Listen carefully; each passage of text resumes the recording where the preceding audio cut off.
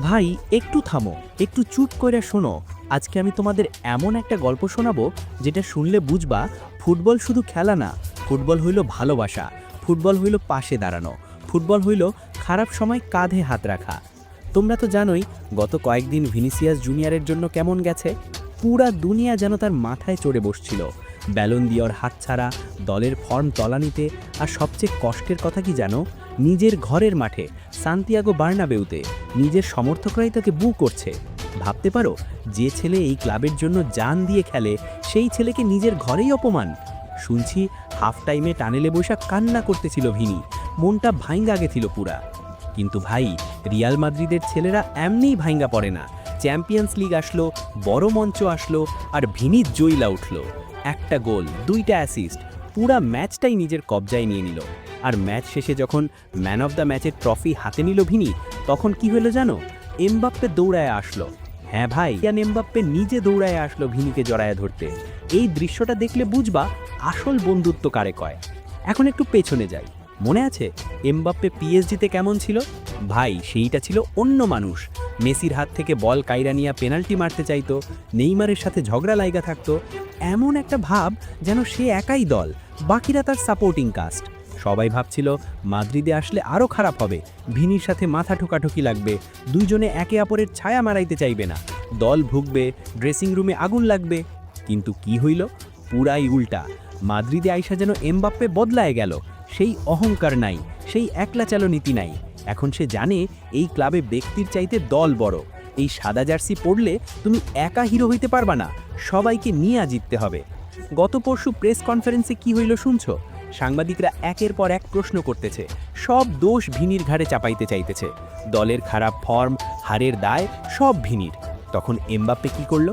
চুপ কইরা বইসা থাকলো না ভাই, সোজা কইয়া দিল, দলের ব্যর্থতায় সবার দায় আছে, শুধু একজনকে টার্গেট করা ঠিক না। এইটারে কয় সত্যিকারের সাথী।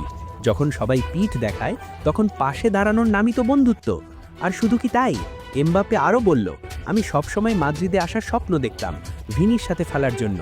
ভিনি ছাড়া মাদ্রিদ আমি কল্পনাই করতে পারি না। এই কথাগুলো শুনলে বুঝবা এটা মুখের বুলি না, এটা মনের কথা। এখন ম্যাচের কথায় আসি। চ্যাম্পিয়ন্স লিগের ভিনি যেভাবে খেললো সেইটা ছিল রাজকীয় কামব্যাক। প্রথম গোলের আগে দেখো কি হইল। বল পায়ে নিয়ে ভিনি যখন দৌড়ায় মনে হয় ঝড় আসতেছে। ডিফেন্ডাররা জানে কি হবে, তারপরেও থামাইতে পারে না। প্রথম অ্যাসিস্টে দেখলা কিভাবে বল কাটায়া পারফেক্ট জায়গায় দিয়ে দিল। আর নিজের গোলটা, ভাই সেইটা ছিল শিল্প। এই ছেলে যখন ফর্মে থাকে পৃথিবীতে খুব কম ডিফেন্ডার আছে যে তারে আটকাইতে পারে। কিন্তু আমি শুধু গোল বা অ্যাসিস্টের কথা বলতে চাই না, আমি বলতে চাই সেই মুহূর্তের কথা যখন ম্যাচ শেষে ট্রফি হাতে ভিনি দাঁড়ায় আছে। কয়েকদিন আগেও এই ছেলে টানেলে বৈশা কান্না করতেছিল, আর আজকে সে ম্যান অফ দ্য ম্যাচ। এই মুহূর্তে এমবাপ্পে দৌড়ায় আইসা জড়ায়া ধরে। এই দৃশ্যটা দেখলে চোখ ভিজে যায় ভাই। এইটাই তো ফুটবল, এইটাই তো ভালোবাসা। তোমরা যারা ভাবছিলা এই দুইজনে একসাথে খেলতে পারবে না, তাদের বলি একটু অপেক্ষা করো। এই দুইজন যখন পুরাপুরি বুঝা যাবে একে অপরের খেলা, যখন তাদের কম্বিনেশন পাকাপোক্ত হবে, তখন ইউরোপের কোনো দল এদের সামনে দাঁড়াইতে পারবো বলো? দুইজনেই বর্তমান বিশ্বের সেরা খেলোয়াড়দের মধ্যে পড়ে।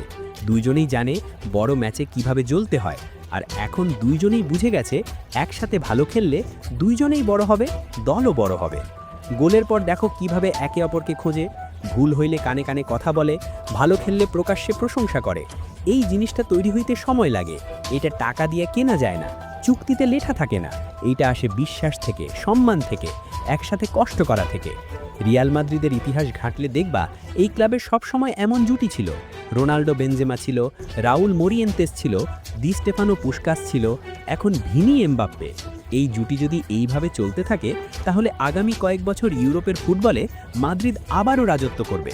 তো ভাই, তোমরা কি মনে করো, এই দুইজনের বন্ডিং কি সত্যি মাদ্রিদকে আবার চূড়ায় নিয়ে যাইতে পারবে? কমেন্টে জানাও তোমাদের মতামত। আর ভিডিওটা ভালো লাগলে লাইক দিয়ে রাখো। এইরকম আরও ফুটবল গল্প শুনতে চাইলে চ্যানেল সাবস্ক্রাইব করে রাখো। দেখা হবে পরের ভিডিওতে।